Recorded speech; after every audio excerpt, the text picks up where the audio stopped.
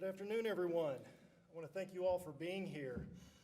We get to enjoy some great air conditioning while people at Riverfest don't get to, so I guess we've got that.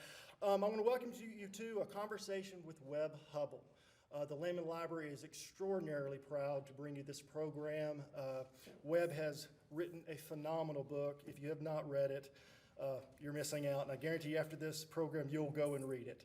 I want to give a little intro about Mr. Hubbell, though. Mr. Hubbell was born in Little Rock in 1948. Webb earned his bachelor's degree in electrical engineering in 1970 and his Juris Doctorate degree with honors in 73 from the University of Arkansas at Fayetteville. Now, this is one of the most important things, being an avid Hog fan that I am. He played football for Arkansas from 65 to 69. During his senior year, the Razorbacks were the Southwest Conference co-championships and winners of the 69 Sugar Bowl against the then undefeated, University of Georgia. Mr. Hubbell is a nationally recognized author and a popular speaker on government, business, and the law. He has held executive positions in national government and industries, including the Associate Attorney General of the United States, Chief Justice of the Arkansas Supreme Court, Mayor of Little Rock, where he actually worked with Mayor Laman of North Little Rock, where this library is named after.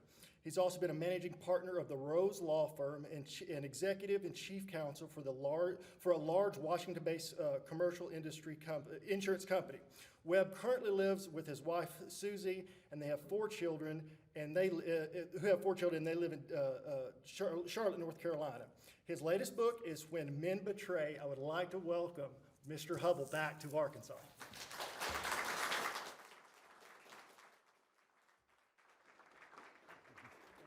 Thank you, Dan.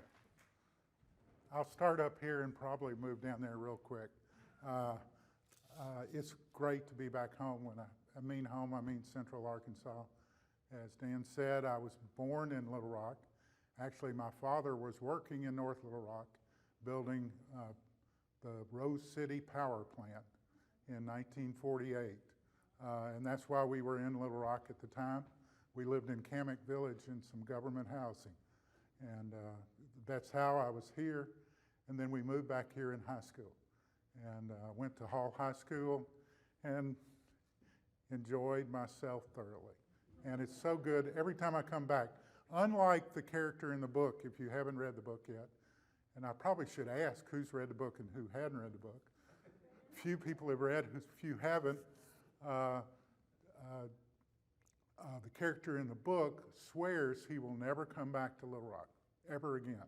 And that's one of the mysteries in the book, that you hopefully will learn why he never came back swore he would never come back, and his wife would never come back. But he's forced to come back to Little Rock to defend his best friend from high school, who has just murdered a U.S. Senator in the Capitol Rotunda that you probably can see from here.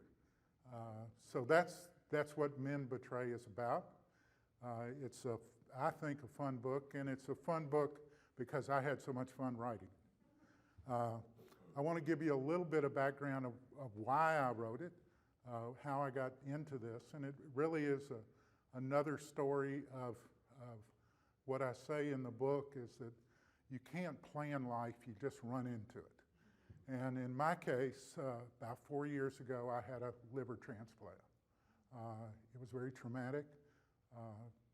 Didn't think I was going to make it. And when I did, I told my kids, and my wife agreed with me, that we would do something I really wanted to do. So we moved to Charlotte, we're able to live close to one of my kids and our 3 grandchildren. And I started writing fiction books. I had written a nonfiction before, and I learned why nonfiction versus fiction. In fiction, you can use your imagination, and nobody gets offended when you write about them.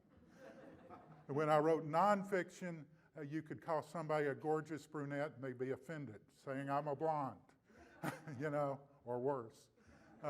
So I learned very quickly how much fun I had in writing the book.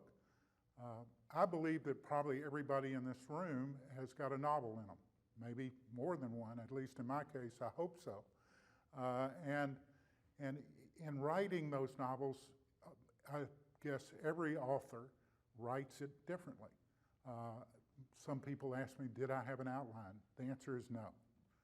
I never wrote an outline. I didn't do an outline. In fact, I had no idea how it was going to end when I started writing it.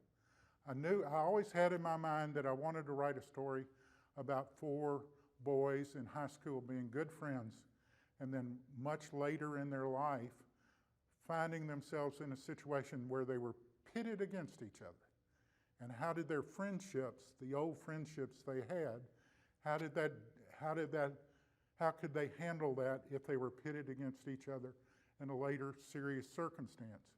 And believe me, somebody on trial, ultimately facing the death penalty is a pretty serious circumstance. And so those 4 boys all play a role in the book I hope you will all read. So I began to write this book.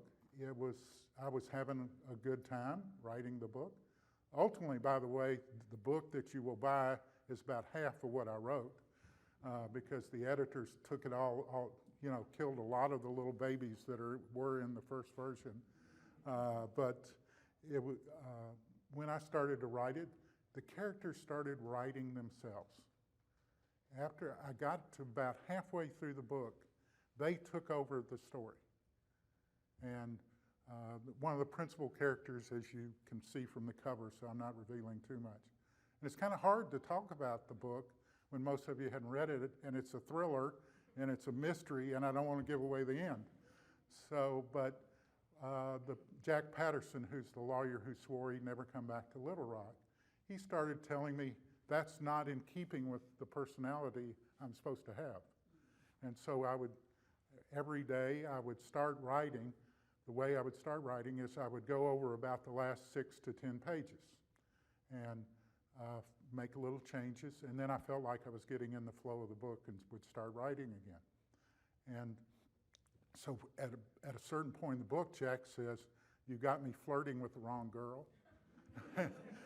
And I wouldn't have done that. And each of the characters started taking on their own personality. I still didn't have an ending, but at least I felt like I was getting to know my own characters better and better, and was enjoying the characters more. And I felt like I was being more honest with the characters, and they were being more honest with me. Ultimately, I had to get to the end, and as my wife knows, and she hates books that don't have a good ending. And so she was going to be my toughest critic. And so I had to figure out how I was going to end it that would satisfy her. And if I could satisfy her, I felt like I'd have a good book, So ultimately, the characters themselves started to develop their own ending. And I hope when you read it, you will find that you may not agree with the ending, if there is an ending. I won't even tell you that. But the process itself for every one of us who write is different, but I would recommend it to everyone. If you can have as much fun writing a book as I did, then it's all worthwhile. I can tell you I have had for the last 3 years after this transplant some of the best time in my life.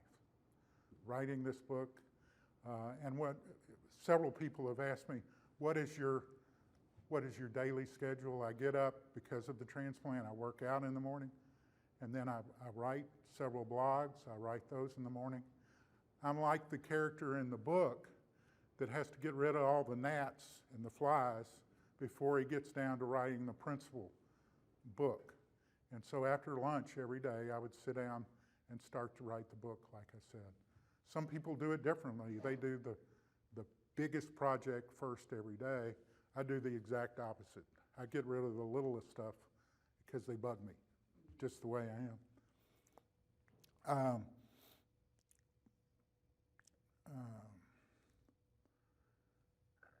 A lot of you will recognize some personalities in this book. Now, I won't say you'll recognize the people, because most of them are not just one person. And that's the beauty of fiction.